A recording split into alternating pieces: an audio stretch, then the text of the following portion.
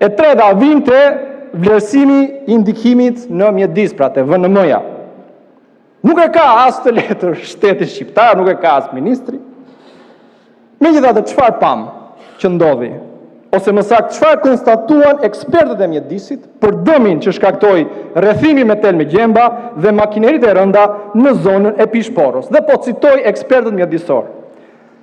Rrethimi i zonës me gardh praktikisht e bën të pamundur lëvizjen e disa llojeve të faunës për të aksesuar zonat e riprodhimit, ushqimit e tjerë.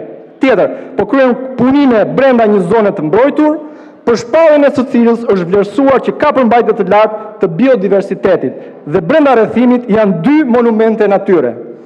Shtrimi i rrugëve të reja të kalimit me mjete në brendësi të dunave ranore gjithashtu kërkon vlerësim paraprak, pasi mbulon habitate natyrore me rëndësi evropiane. Të paktën 3 tipe habitatesh prioritare për BE-n gjenden në brendësi të zonës së rrethuar. Dunat shekullore janë sheshuar dhe janë krijuar rrugë me çakë mbi to. Janë hequr sipërfaqe pyjore për të krijuar kantierin.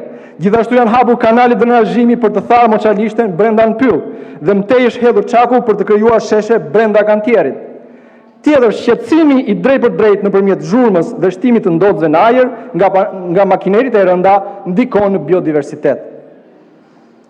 Të gjitha këto shqetësime që ngren ekspertët e mjedisit, i di ministri i mjedisit apo si di? Sepse nëse si di, për çfarë je ministri i mjedisit ti, më zotri? Çfarë ruan ty? Ty të ka vënë Edi Rama për të mbrojtur mjedisin, ambientin, apo për çfarë? Sepse nëse se di ti se çfarë po ndodh, atëherë kush e di?